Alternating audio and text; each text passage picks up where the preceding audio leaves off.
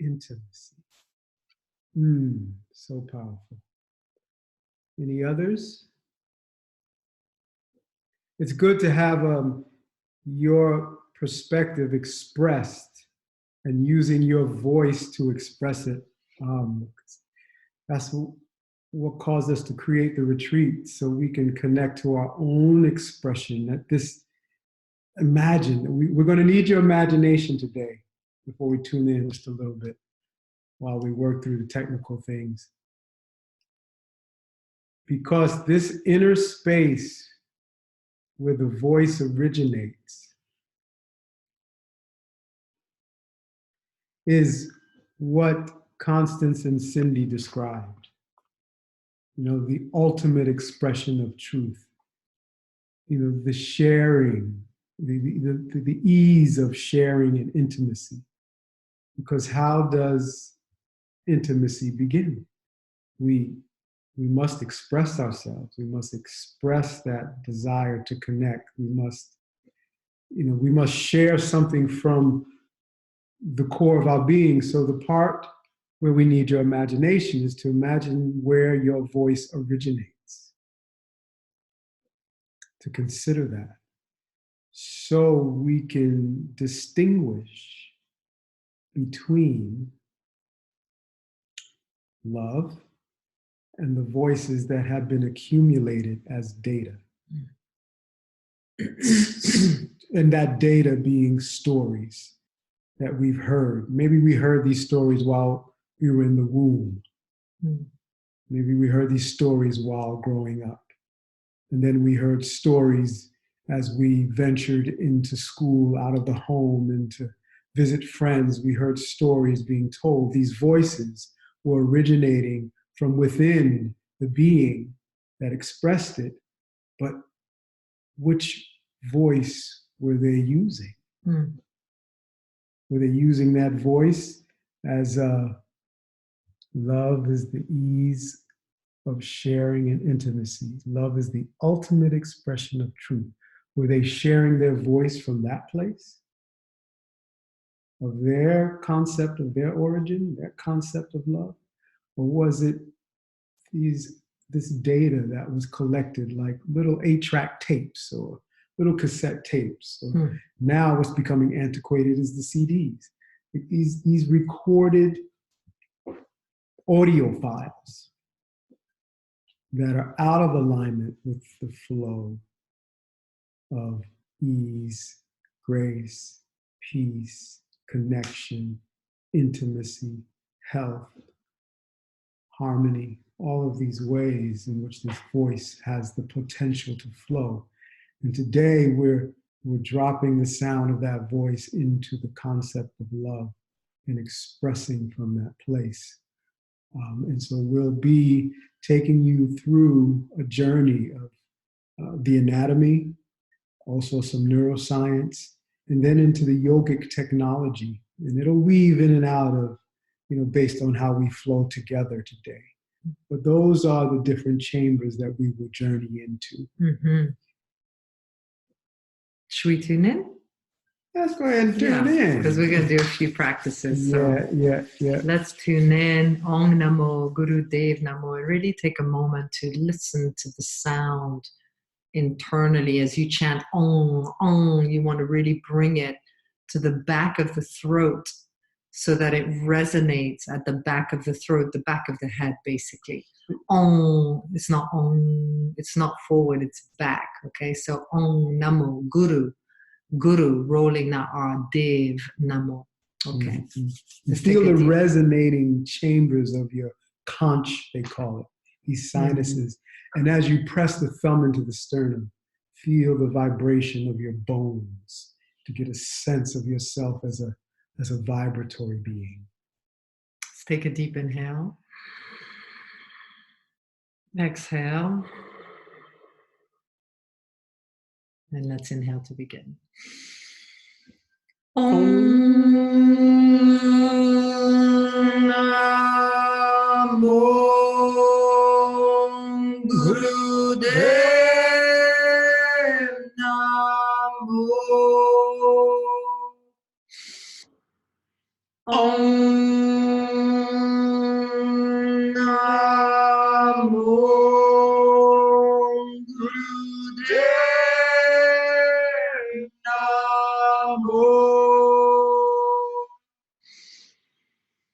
Namo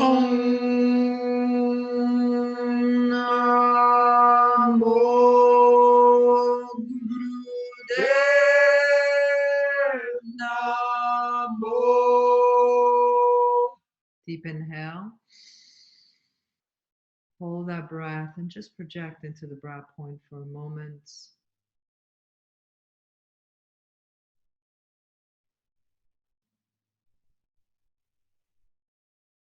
Exhale.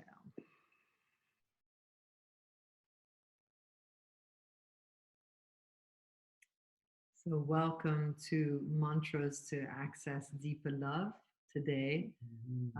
It's been, we're always sharing often what's relevant to us, and we've been in this meditation of how do we let go of the past and how do we move more into the present moment? How do we access the love that is the present moment? Because that is what's required, really, to breathe deeply into the breath and to access the present moment and to let the negative thoughts go, to let the past go, and to dwell in the present moment.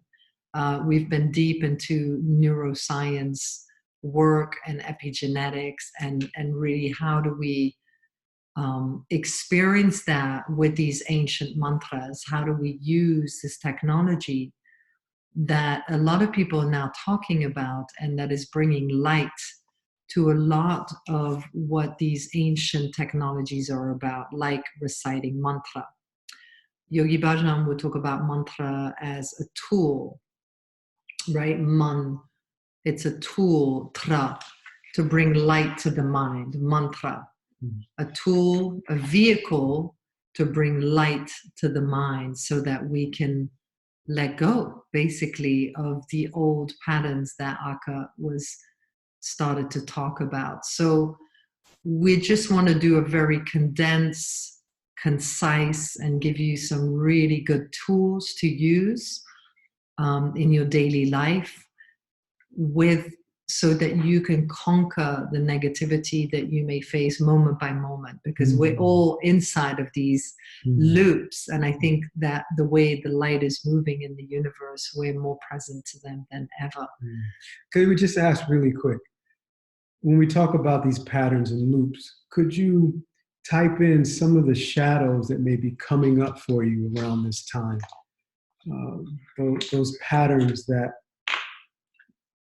that has nothing to do or is not in alignment with the expression of your truth. Are there any experiences out there? I'm curious to know, we're curious to know what you're facing out there. I'm not enough, right? Appreciate that. Thank you, Cindy. Yeah, and when you can start to look at, when we do enough meditation, then this requires a certain discipline, right? Because in order to cut through the very ancient programmings of the mind, the daily practice with the way the world is and the speed that it's moving at, and the access to information that we have, and the way that, technology is really kind of ruling our humanity right now, it's so essential that we can cut through all the noise and find the still point within. So that's why I think we're such lovers and advocates of Kundalini Yoga, is because it's all about the daily practice. If you don't have the daily practice, it's very challenging to try to move through and cut through feelings like I'm not enough, keeping myself small, or the fear of being seen, because these are things that are adapted from the past, from a past experience. They're not who you are in your pure essence, right? In the purity of the essence, soul, identity, ego, right? And somehow they get jumbled up, and the ego and the identity takes over the soul. And then we find it very difficult to move through simple mind patterns that can be resolved. But the daily practice and cutting through it with a neutral mind, getting up every day and doing something, is the key to being able to become the witness. So who is talking? Who is saying I'm not enough? Who is saying keeping myself small, fear of being seen? Who is saying that? And sort of separating the soul and the identity and the ego, right? The ego being part of the identity, and start to witness, oh, well, here I'm just a soul. I'm an eternal being. And this has no meaning here. So how can I live from this place? How can I resonate and actually move forward from this place, which is not an easy thing, where it's a constant working situation here, you know, like we're all working on it. And the beauty is the mantras, the chants, sitting down 3 minutes, doing a Venus Kriya together, something to cut through that really can be tremendously supportive in this day and age. Absolutely. I want to give you an experience of it, just a simple pranayama. 4-part inhale, and I'll count it out, and a 4-part exhale. And what we want to experience here is connecting to the energy system that we also represent. If we talk about the voice that says, I'm not enough, how is that flowing as energy?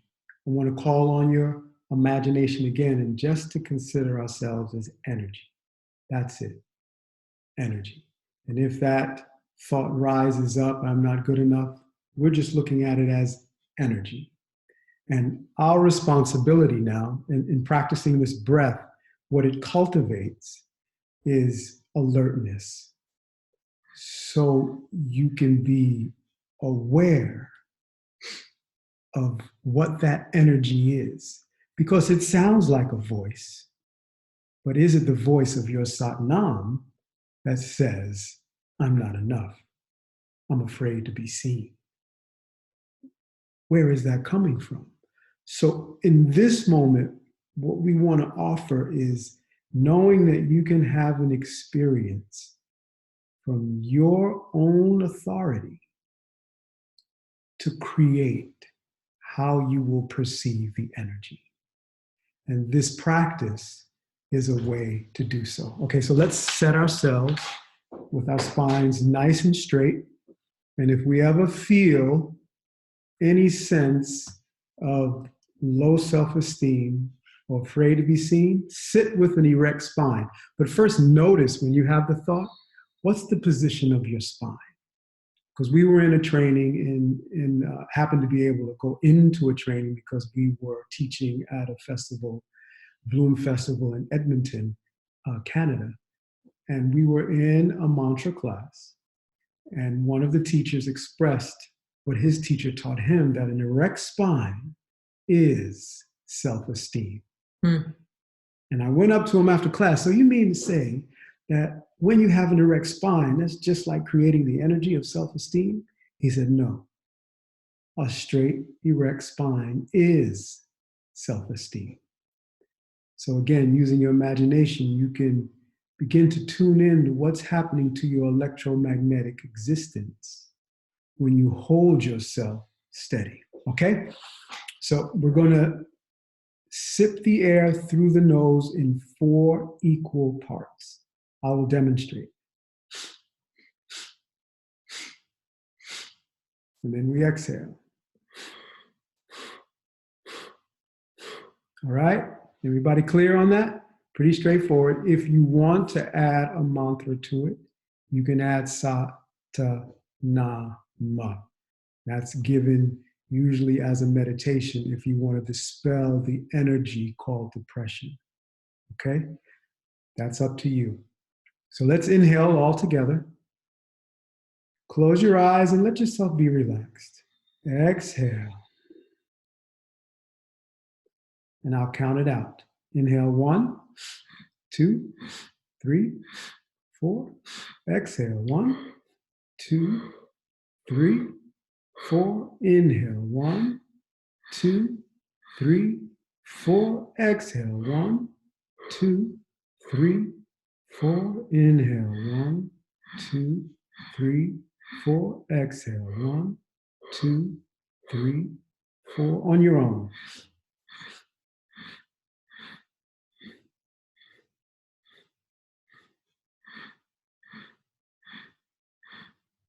Let's go for 3 minutes.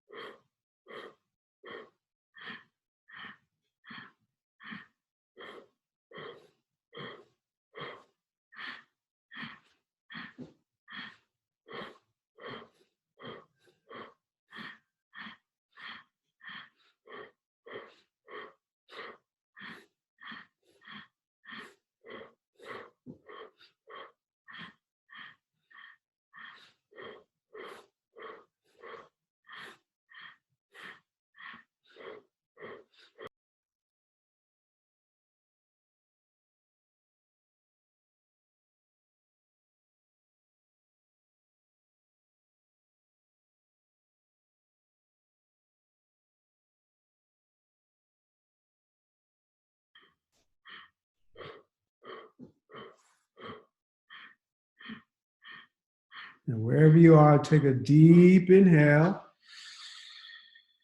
Hold that breath at the top.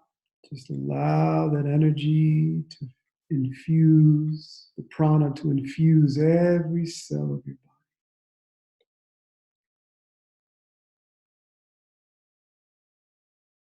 body. Exhale. Hold the air out for a moment, letting the body recalibrate. Inhale deeply. Hold. Now lift the muscles of the pelvic floor. If you're not on your cycle or pregnant, otherwise just relax. Hold the breath in. Imagine the energy is rising as you squeeze the root lock, lifting the muscles of the pelvic floor. Exhale, squeezing all the air out. Deep inhale, open up the abdomen. Lift the muscles of the pelvic floor. Apply that root lock. Now draw the eyes up and in to the point between the eyebrows. Really allow the imagination to feel the energy rising up your central channel.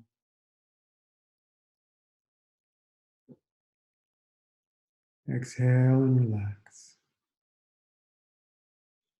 Keep your eyes closed for a moment.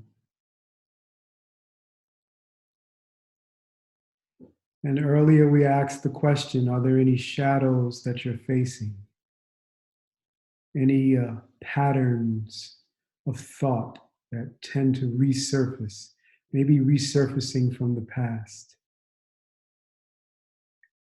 And now look at it with love.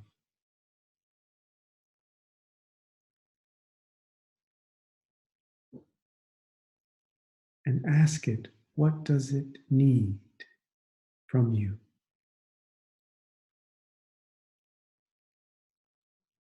For every energy expression or action of the universe, there's an equal action. So if we are, for example, as it was expressed from our community today, if there's a sense of not wanting to be seen, what is that asking of us? What does it want to feel the strength of our love? What can we offer it? And just hold that in your heart as we begin to tune in. Now, keeping your eyes closed, I want you to sense the movement of your chest as you inhale and exhale. And realize the symbol of love is the heart. And look at this area as the heart center, including the lungs and the heart. Consider for a moment what it does for you so that you can have an experience.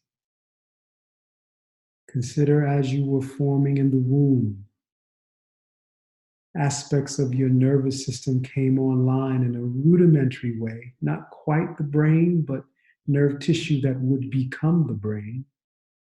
But what began to fully form was your heart, as that first fully formed organ that was pumping blood throughout your developing embryo. Consider this devotion that is happening right within you that allows you to experience going on an adventure to know who you are as an infinite being, as we say in Kundalini Yoga, Satnam, as your true identity.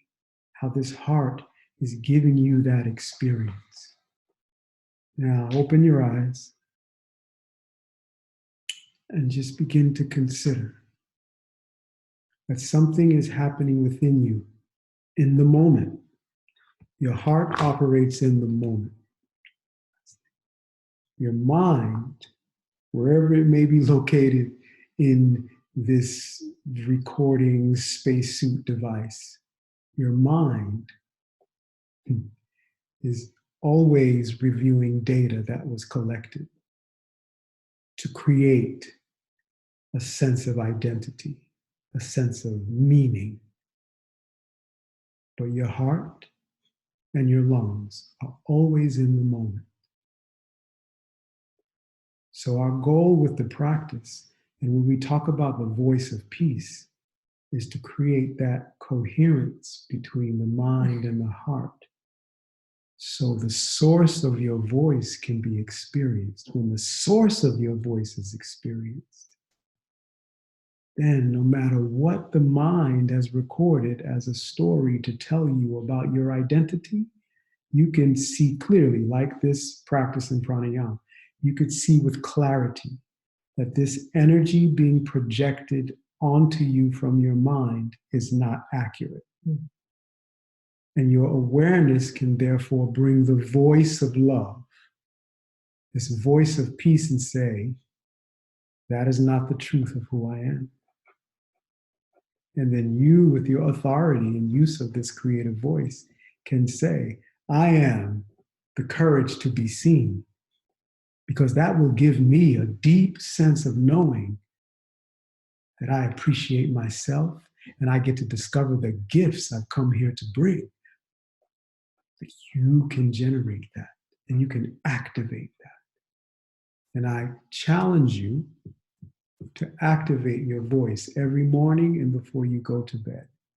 When you're aware of these patterns that you know are untrue, call them up, sit them, give them a glass of water or some tea, and say, hey there, not wanting to be seen. Let me tell you something. I have come here to experience the truth of who I am. And part of that, I will be seen. And when I'm seen and I allow myself to be seen, then I get a chance to truly feel who I am. Because I'll get that feedback from the universe. And that feedback will be fulfilling because it'll guide me, right? It'll guide me into a deeper experience of how I'm hearing ideas inside me. I share those ideas, I get feedback, and I get to go deeper into that idea, deeper into the love that I've come to experience. And first, just like your heart is beating for you, first, before you learned how to speak, in the embryo is beating for you to develop. Now you get a chance to use your voice from this exchange of blood and subtle energy of prana that happens between your lungs and your heart. It's going on right inside you. So this voice of peace is also the communication between the heart and the lungs. It allows you to live your life. Wow. Okay, I got to say, whew, I get a little excited, so let me slow down. So why don't we go through some mantras that we can give you that you can use that are for specific things that are really usable tools. You know, one of my favorites that I personally use often, even in the middle of the night, if I wake up with a negative thought or a bad dream or something, is Ek Onkar Satgur Prasad. Sat Gur Prasad Ek Onkar. Okay, this is a very powerful mantra, and it is said to be one of the most powerful mantras in Kundalini Yoga. And I'm going to paste it into let me just pull it up so I can paste it into the thing for you, into the chat box. It's a very strong mantra, and what it does is if you say it 5 times, it reverses any negative thought. So as soon as I have some kind of negative thought or bad dream in the middle of the night, or even in the day, whatever, I just recite that Ek Onkar in my head or out loud. Ek Onkar Sadgur Prasad, Sadgur Prasad. So then you do it backwards, Sadgur Prasad, Ek Onkar. So it's reversing negativity, and it's really calling on the divine, and we are one. I know this by the grace of the true Guru, the Guru being the one that brings us from darkness to light, the Guru to the Ru. I know this by the grace of the true Guru. God and we are one. So this is simply just affirming that you are the divine, that it lives in you, that you have access to this energy, and you can make a choice in that moment to penetrate through it, to cut through it, through the ego and the old thinking of really just the what is the word I'm looking for? The patterns that we've been sort of indoctrinated into. You know, when we're parents, we realize that not everything we're giving to our daughter is positive. That's just, it's impossible to stay up here all the time. And, you know, and then hence comes more and more compassion for our own parents who did the best they could. They did the best they could. She's going to receive some negative messaging. It's unavoidable, but at least she'll have tools. And at least we can explain to her, this is a part of being a human being. You can't escape it. So let's not try to live inside of this perfectionism that we are going to be vibrating in bliss all the time. You know, it's possible to get there. Personally, I haven't reached that stage. I'm working on it. You know, we're all working on it. And that's the thing, is just to realize like, oh, I'm a human being. I have these tools. I can use them. And I'm going to fall short. And that's okay. I just get back up. I just get back up and I do it again. So that's one mantra that you can use. I want to give you another couple. Another one which is really effective, and we've been working diligently with this past year, is Chakra Varti. And actually it's on our new album. I think there's a great version on the new album, Walking Sky, Dreaming Earth, that we just released. It's on iTunes. And this is the mantra for the heart center. Let's look a little bit deeper into this mantra.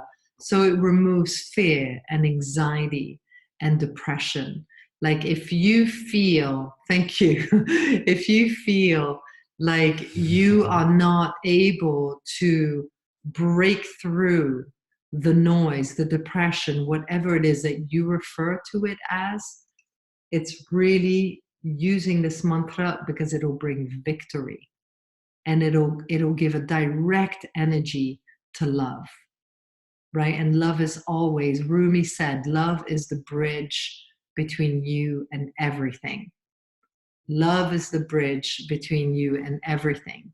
So using these kind of mantras like Chatra Chakravarti, because they give the heart center direct energy to it. Okay, so that's a wonderful, when your authoritative personality feels weak, it's a great one to tap into that victory.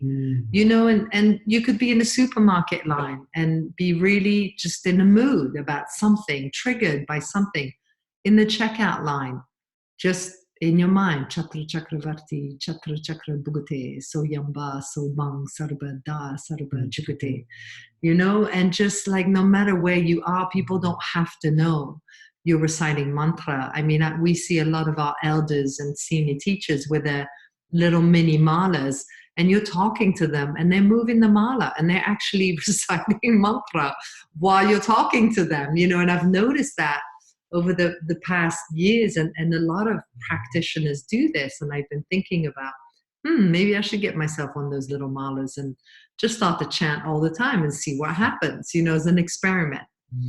So that's another great one. I want to give you another one, which I love, very simple. I think this is really effective for tuning into the Divine Mother energy.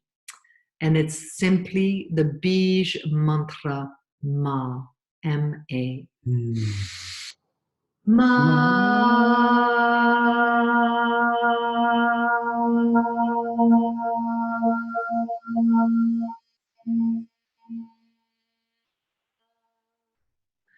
And I think we have one of the only, I think there's one other recording that's 11 minutes or longer. And that one is called Ma.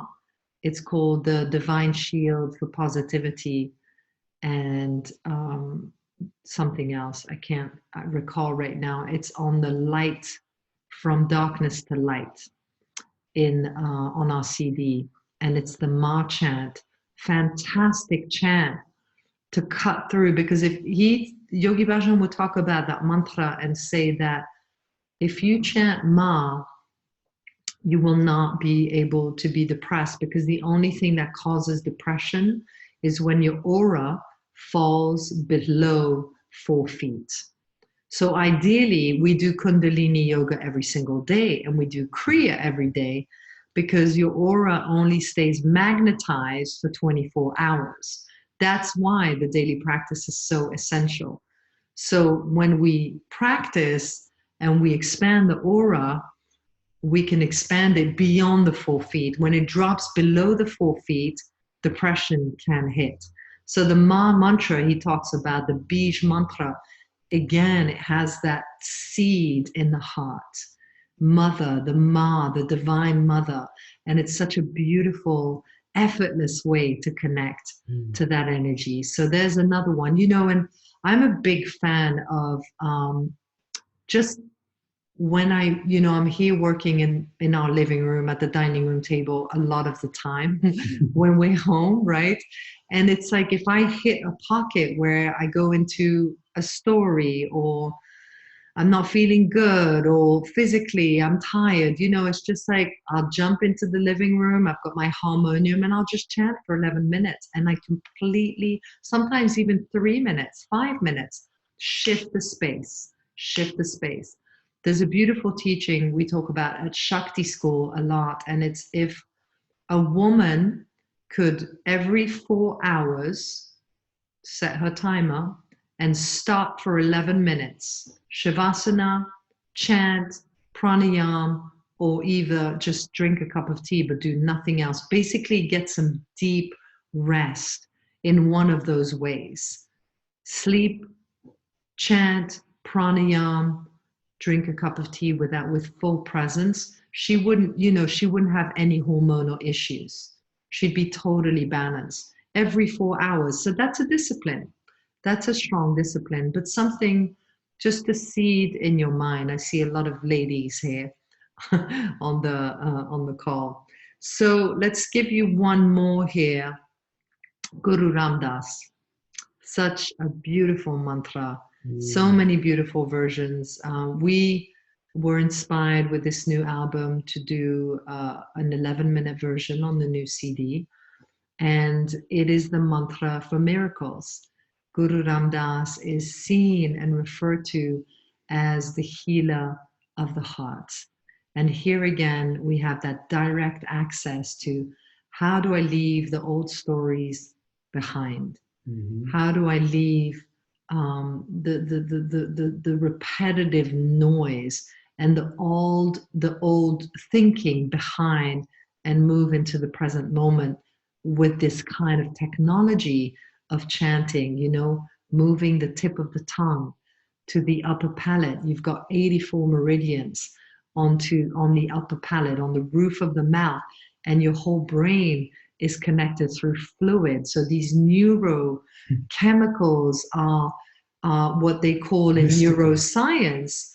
You know, the more you do these kind of practices and chant these kind of mantras, these neurons are firing together. So feeling better and better becomes automatic. So neurons that fire together wire together, right? Wire together. So, you know, it's so basic and it's so scientific now that there is no woo-woo left around it, because it has nothing to do with religion. Mm-hmm. It has nothing to do with anything, but do the practice if you want to feel better. Woo! And it doesn't need to be this practice. It can be any practice that you resonate with, that mm-hmm. lights you up. This is what lights us up. Mm-hmm. We play together. We've got, you know, 8 albums out. Like, we teach us stuff. We do retreats because we love it and we live it. That's what totally lights us up. What is it for you? Mm-hmm. Is there one particular mantra? And this is the homework we'd like to leave you with. Is there one mantra that you absolutely love? Yogi Bhajan will talk about, you know, find that mantra that resonates so deeply within your bones that at the time of death, you'll be chanting that mantra into your next evolution, mm-hmm. into your next journey. Mm-hmm. So really embodying that one mantra that speaks to you is a wonderful way to connect to this practice and to elevate yourself through love and mm-hmm. through showing up and having the courage to not do the same thing again and again and again, but try something different. Because mm-hmm. when we talk about activating the voice, as we begin to recap and bring these take-home nuggets to you from today, thank you for being here. We dived into this way of using the voice. I mean, it called us into existence as far as being involved in this yogic community, this yogic science, and this mantra. We had no idea about it when we were researching the healing power of music, but we didn't know music and yoga came together, you know, until 2004 when I was in a Guru Singh class and it came together. When Kia Miller said, hey, could you make music for our DVD in 2010? You know, the invitations have been incredible, but we invite you to explore this voice within you. And if you feel this call to really understand the way to pierce into the truth of what's being said to you when you hear the voice, I'm not good enough. When you hear the voice that says, I'm afraid to be seen.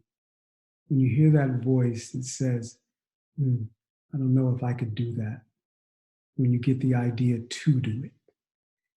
If you really want to get into being a master of your own voice, come on with us to Costa Rica.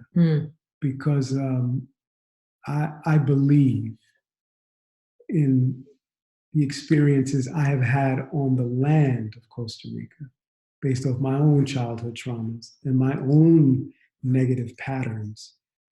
I believe that the combination of these yogic practices and the energy of that land really has a way for us to become aware of our energetic self. So we're not limited to just the patterns in our physical body, that we have an experience of stepping into ourselves as energy and having an experience of it. There's something about the foliage, the plants, the water, I mean, just the baptism of the waters, interacting with nature where you see animals that you haven't seen before. Combination of the people and their hearts and how they are.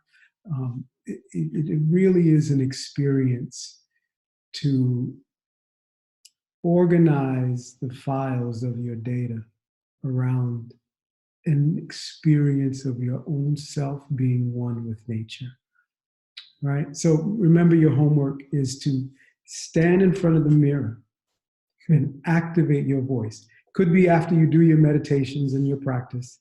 And here are these experiences from the past, as my wife was talking about, these patterns that tend to be on a loop and they show up.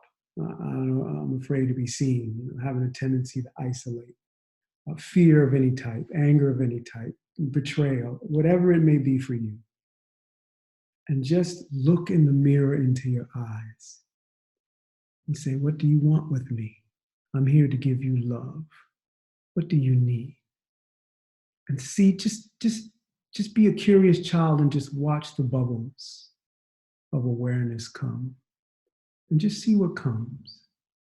And whatever comes, begin to catalog it. And then before you leave the mirror, begin to speak into what you heard.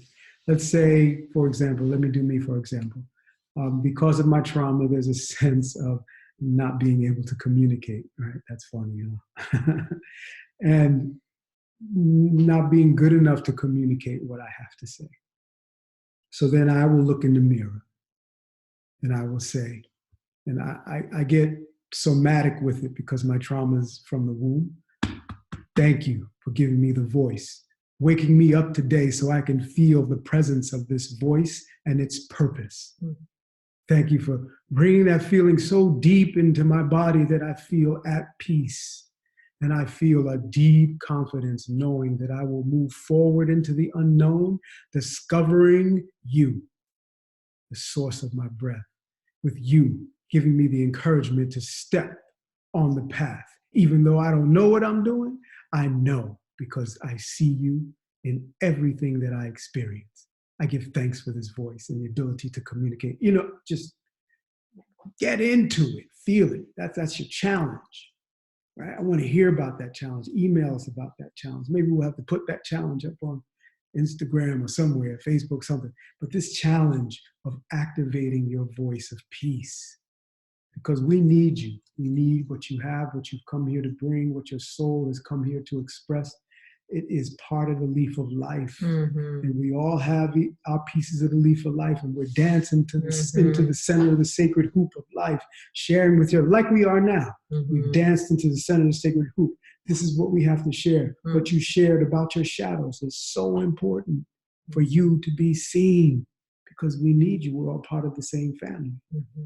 Right? So we have that challenge. And then, as Sukhdev asked, go into what is my favorite mantra? What feels good? Not just your mind favorite, but when you hear it. Sometimes Vayanti from sadhana, I just would break into tears in the early days. What's happening to me? Anyway. Yeah, you'll find what that is for you. So just to recap on the mantras: Chatra Chakravarti, Guru Ram Das, the Ekonkar, Sadgur Prasad, Ekonkar, to cut through the negative thinking, and then Ma, the Ma chant. Did you tell them about that one, to watch what they say after? Yeah, it is said with that mantra that it's so powerful that you have to really watch your words after, because things will come to pass, because it's a very powerful sound current. Yeah. Speak into the positive. Speak into the positive on that. Yeah, these ancient sound currents, they exactly that. They are sound currents, like they cut through the concepts of the ego and the identity, which is part of who we are, but it's not our root. It is not the everything and the immaculate and the eternal part of us. And so how do we become more of a master of that aspect of us and less of a slave to that aspect of us, which is really what the voice is peace is working on, and our current work together is how do we become more of a master of our destiny by using these tools to cut through the voices that sometimes feel like they are ruling everything. And they have no authority. You know, who gave them the authority? Yeah, we only you, only us gives these voices of really destruction that we heard from the past, you know, from those who surrounded us. And so it's just time for an upgrade, you know, it's time to up-level this game and really be victorious.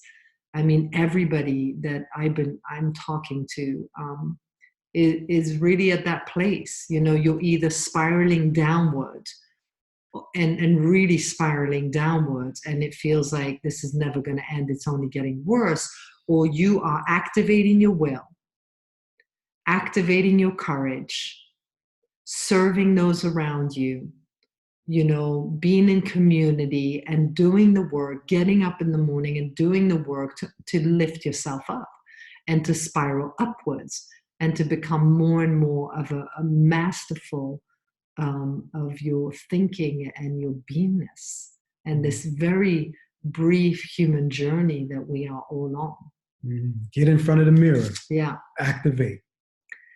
So, Constance, you just did lifestyle and life cycles. Good for you. Ooh, beautiful. We wanted to do that, but we were traveling some of the weekends. That's a powerful one. But we're so pleased to be with you, Yes. and stay tuned. Thank you for showing up on this Tuesday morning, afternoon, and we hope this was of service to you. And you can find those mantras that we named on our records, Spotify, iTunes. And thank you. Be well. And please reach out if you have any questions. You can always email us. We try to get back to every email. That's right. And if you're interested in our retreat, we're hoping to close registration pretty soon. Please reach out. Okay? Beautiful. Be well. Sat Nam. Sat Nam. Lots of love. Thank you.